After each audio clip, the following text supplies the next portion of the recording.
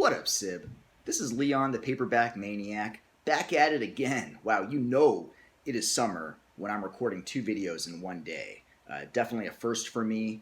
Reason being, after I recorded and uploaded my early 90s nostalgia video, which, if you watched, by the way, I apologize for the terrible video resolution in that thing. I wanted to experiment a little bit and try to record something from my sofa, but just did not turn out well. It's grainy as hell. I've seen better looking shot on video films from 1987. Part of me wants to delete that video, honestly, but I've come this far without having deleted any videos yet. I'd hate to break that streak, but we'll see. I mean, that may disappear, it may not. Anyway, after I recorded that, I thought, what the hell, you know, it's summer. I'm on summer break right now. I got nothing better to do. I'm gonna go check out the video store, the bookstore, right? So I decided to head on up to LA, check out a few bookstores, and here I am now to report back with what happened, basically. So the first place I went was the Book Rack in Arcadia, California. I went to them once before, and I think I showed in a previous haul video some books that I got there. They have a pretty small horror selection, but it's straight up quality over quantity. Like, they've got really good stuff there, and almost everything is like in immaculate condition. So this is the bookmark that you get from the Book Rack when you go there. If anyone's in the Southern California area, definitely check them out because they've got some cool stuff. So from the Book Rack, first up, I got Blood Farm by Sam Siciliano. This book was published by Pageant Books in 1988. And when I saw this, I was almost positive it was a leisure book. Does not look just like a leisure, but apparently it's Pageant, a publisher with whom I am not very familiar. There's the back. But this looks fun. So we'll see what that's all about. Okay, the next one I got from the Book Rack is a leisure book. This is Death Song by Drake Douglas and Stephen Kent. And this one was published by Leisure in 1987.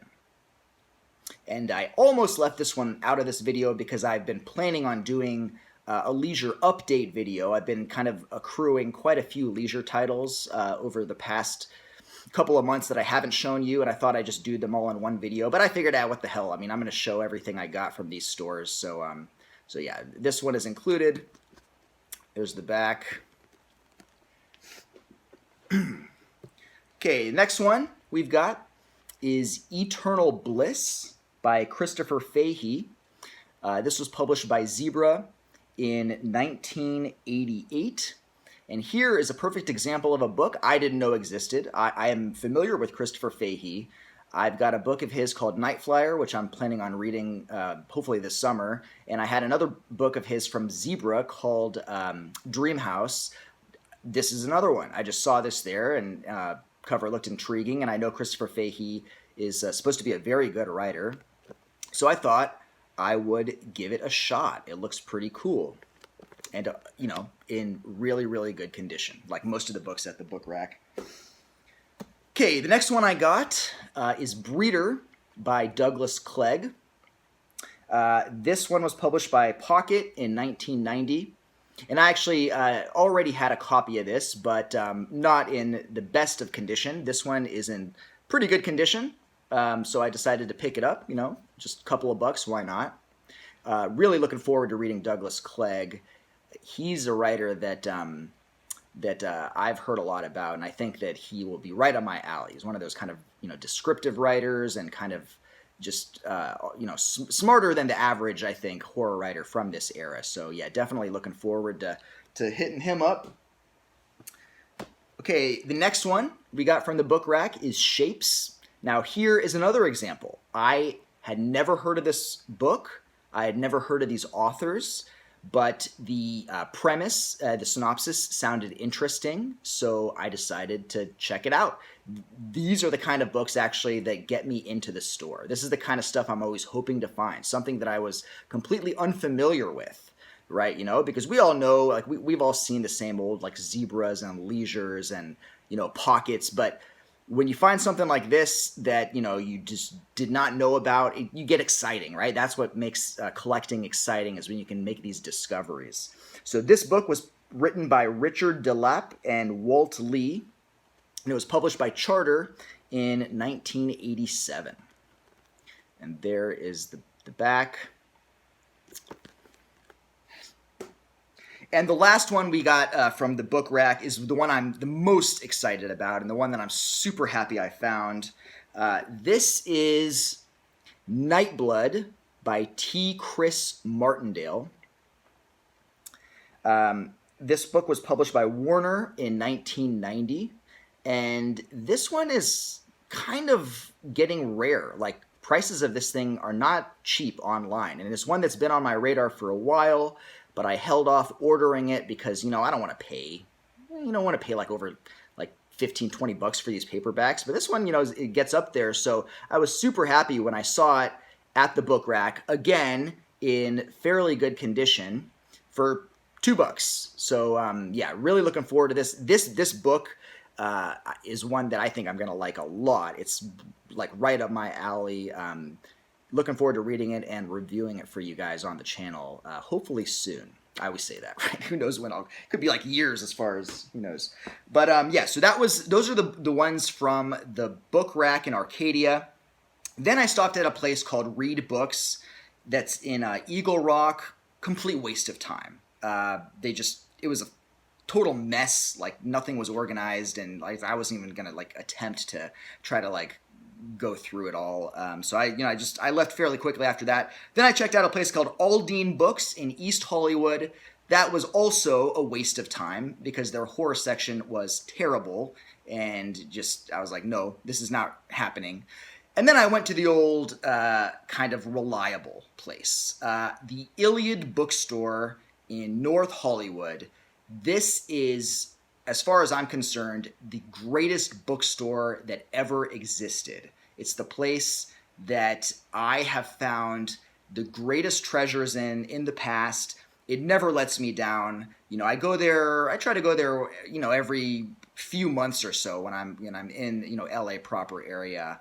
And yeah, I went there and I did find some stuff. So these are the books I got from the Iliad in North Hollywood. First up, we've got Ghost Story by Peter Straub. This is the first printing of the pocket paperback, the first pocket paperback that was published in 1980. This is a book that I have heard just nothing but good things about. It's pretty much the ultimate quintessential ghost story. I'm a big fan of the film, which I know, you know, I hear kind of diverges from the original story quite a bit. But yeah, I've been meaning to read this for a while, so I was happy to find a copy of it. A first printing, you know, in decent condition. So, Ghost Story. Okay, next up, we've got a beautiful edition of Ira Levin's The Stepford Wives. This one also is the first paperback edition, which was put out by Fawcett Crest in 1973. This is a great, great book. I went through like an Ira Levin phase in my early 20s, or maybe I was in my mid-20s. I wasn't even really reading a lot of horror then, but I read Stepford Wives and Rosemary's Baby, just fantastic stuff. And what a gorgeous edition, right? Yeah, you gotta love those 70s, the 70s artwork.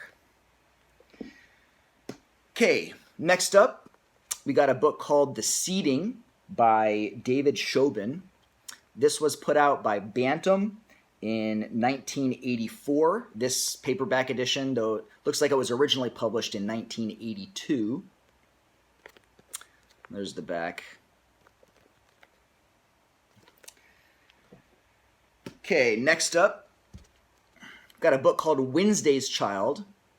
This was written by Deborah and Joel Schleien. That's cute.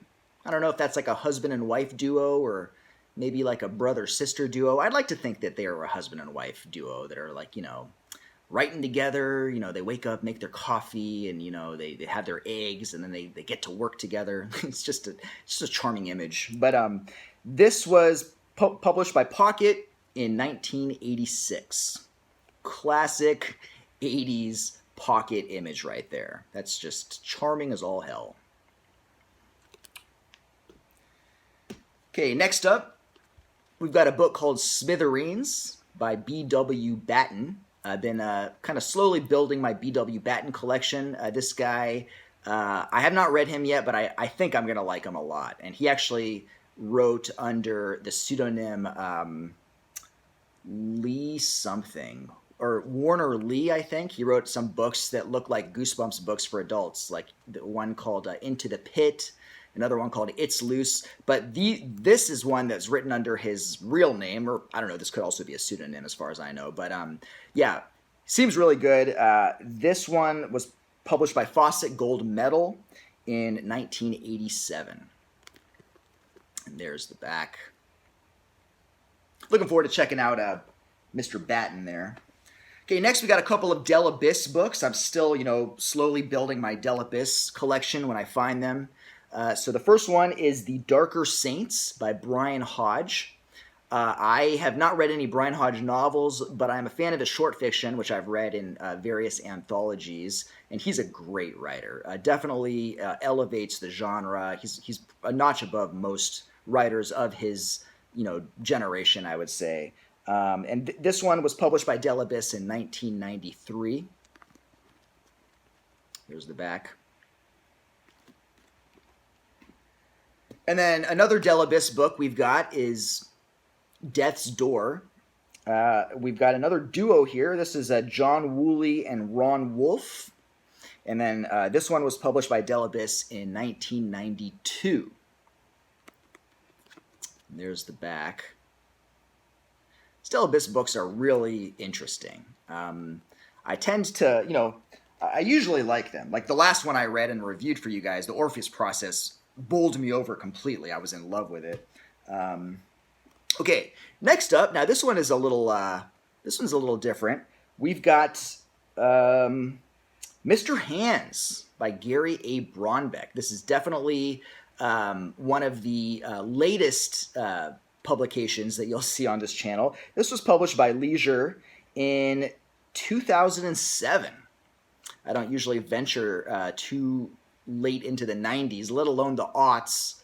However, when I read the synopsis of this book, I just thought it sounded like a blast. I was like, you know what? I'm not going to discriminate against a book or an author just because they published a book in 2007. I mean, the synopsis makes it sound like this book could have easily been published in 1987. So I figured, you know what? Yeah, I'll give it a shot. I've heard this author mentioned, quite a bit. So yeah, we'll give it a shot and check it out. Gary A. Bronbeck, Mr. Hands. Okay, next up, we've got a book called The Streeter. This is one that I was unfamiliar with. One of the many Tor books that are just, Tor is just like a bottomless well, really.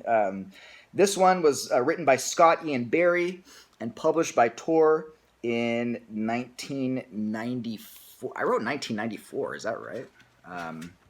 Seems like it was... Huh. Yeah, it says 1994, although I've been fooled before. Sometimes they have the wrong publication year in there. But yeah, according to this copy, it says 94. That definitely does not look like a 1994 cover, but you got to take the book at its word, right? Okay, next up, we've got a book called Blood Brothers by T. Lucian Wright.